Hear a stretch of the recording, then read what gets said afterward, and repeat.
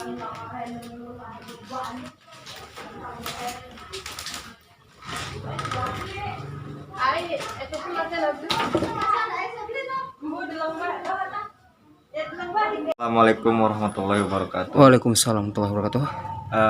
Sebelumnya terima kasih atas kedatangan Bapak ke sini dalam rangka silaturahmi ataupun mengambil sisi baiknya tentang sejarah budaya rumah adat Panjaling Kidul. Perkenalkan, nama saya Apip Komarudin. Kebetulan saya di sini adalah sebagai Jupel, juru pelihara rumah adat Panjalin yang kebetulan dikelola oleh Balai Pelestarian Cagar Budaya Banten. Nah, Kang Apip jelasin dong sejarah ini, Kang Apip kira-kira rumah dari tahun berapa atau gimana nih Kang Apip? Rumah adat ini diperkirakan dibangun sekitar akhir abad ke-14 sebelum adanya Wali Songo yang menyebarkan agama Islam ke wilayah Jawa bagian barat. Kenapa saya bilang Jawa bagian barat? Karena pada posisi itu tidak ada sistem pemerintahan.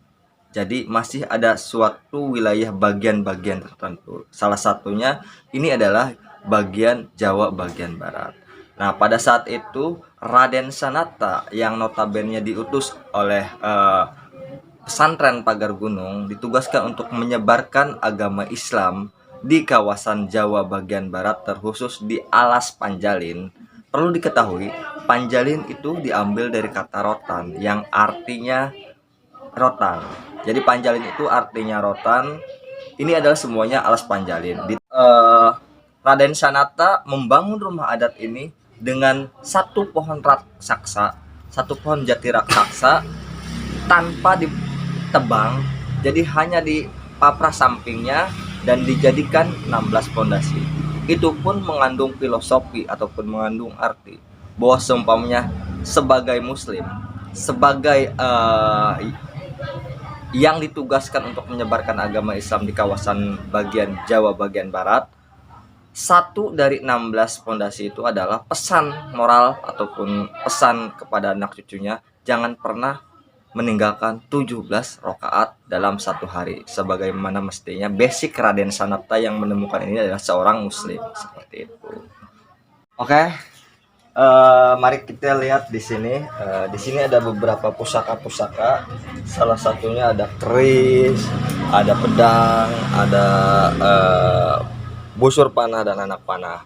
Nah, busur panah ini dimiliki oleh Prabu Siliwangi yang ketiga, yang pada saat itu melakukan sidak ketika Raden Sanata menyebarkan agama Islam. Karena ada beberapa pusaka-pusaka, mungkin kita melihatnya ini adalah kalau ini kita bisa melihat dengan kasat mata, ini adalah sebuah tombak. Tombak ini difungsikan pada saat itu mata pencaharian di sini karena tidak ada kehidupan. Jadi untuk bertahan hidup dengan cara berburu. Di samping mata pencaharian aslinya yaitu sebagai seorang petani.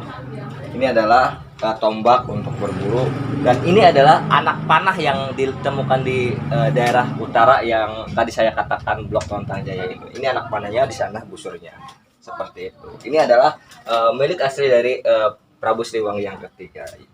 Oh, jadi milik Prabu Siliwangi ya? Iya. Gimana nih Kang Apip penjelasannya? Kalau di sini ini adalah benda-benda ataupun pusaka yang sengaja kami simpan di sini sebagai mestinya ada pada zamannya. Jadi ada zaman primitif, tradisional, dan ketika piring-piring ini adapun bata yang lebih besar itu adalah ketika mulai memasuki era-era tradisional, ketika zaman Buyut Sarte. Nah, dan ada yang paling aneh. Siap Kang Apip. Ini adalah kayu kemimang. Oh, ini teh. Kayu kemimang ini konon katanya akar kemimang, akar yang tidak ada ujungnya. Konon katanya akar ini tidak ada ujungnya. Sebagaimana mestinya akar-akar yang lain pasti ada ujungnya, merambat kemana ataupun kemana. Tapi ini saling menempel ujungnya tuh. Konon katanya ataupun hutan rotan ini dan mati kelaparan di sini. Oh, jadi untuk Seperti- menipu gitu ya? Iya, untuk Jadi dibakar gitu ya? Oke. Dan konon katanya dalam tanda kutip segi negatifnya akad kemimang ini untuk saat ini bahkan mungkin ada yang mempercayainya pun banyak dipergunakan. Saya jelaskan. Ini adalah kayu. Ini adalah pohon jati raksasa. Sebagaimana mestinya saya tadi jelaskan dari awal, rumah adat ini dibangun oleh satu pohon jati raksasa tanpa ditebang, dan ini adalah pohonnya tanpa ditebang, jadi masih tumbuh ke akar-akarnya, jadi hanya sampingnya dipapras dan dijadikan 16 pohon. Dan mungkin ada beberapa kursi dan kayu lagi. Nah, kalau kursi dan meja di sini ini adalah saksi bisu ketika melakukan perundingan.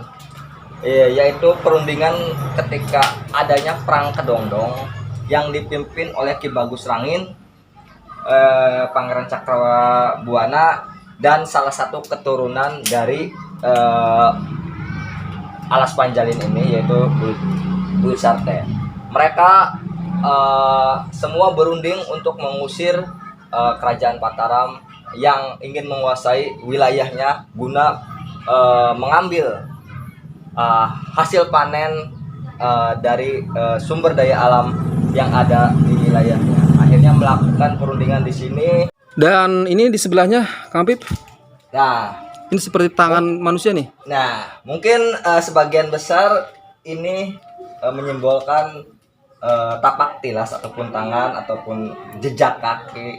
Tapi ketika dibedah, dikaji, ternyata ini adalah simbol kesantunan ciri khas orang Jawa bagian barat, dengan melambangkan tangan jempol seperti ini, dan difungsikan adalah sebagai petunjuk arah. Pada saat itu, sebagaimana mestinya Raden Sanata itu adalah seorang muslim, ini diperuntukkan sebagai petunjuk arah untuk menentukan arah kiblat, seperti itu.